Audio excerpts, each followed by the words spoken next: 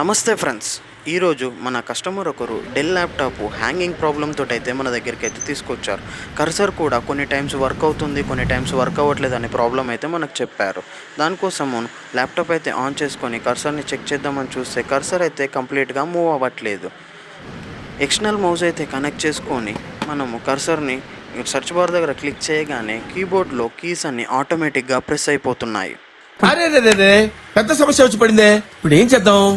కస్టమర్కి అయితే కీబోర్డ్ని అయితే చేంజ్ చేసుకోమని చెప్పాము. సరే అని చెప్పారు. కీబోర్డ్ని అయితే రిమూవ్ చేసేసి డస్ట్ ఏమైనా ఉందేమో అని క్లియర్ చేసుకొని కొత్త కీబోర్డ్ అయితే ఆర్డర్ పెట్టుకొని ల్యాప్టాప్కి అయితే అసైన్ అయితే చేసేసుకున్నాను.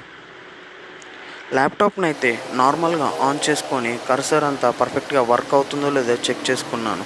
కీస్ కూడా వర్క్ అవుతున్నాయో లేదో చెక్ చేసుకోవడానికి ఆన్లైన్ కీబోర్డ్ టెస్ట్ అయితే చేసేసుకొని కీస్ అన్నీ వర్క్ అవుతున్నాయా లేదా అని 1-2 సార్లు అన్నీ చెక్ చేసుకొని ల్యాప్టాప్ని అయితే కస్టమర్కి అయితే హ్యాండ్ ఓవర్ అయితే చేశాము. నా పెర్ఫార్మెన్స్ మీకు నచ్చినట్టయితే మన ఛానల్ని సబ్స్క్రైబ్ చేసి లైక్ చేసి గంట సింబల్ని యాక్టివేట్ చేసుకోండి.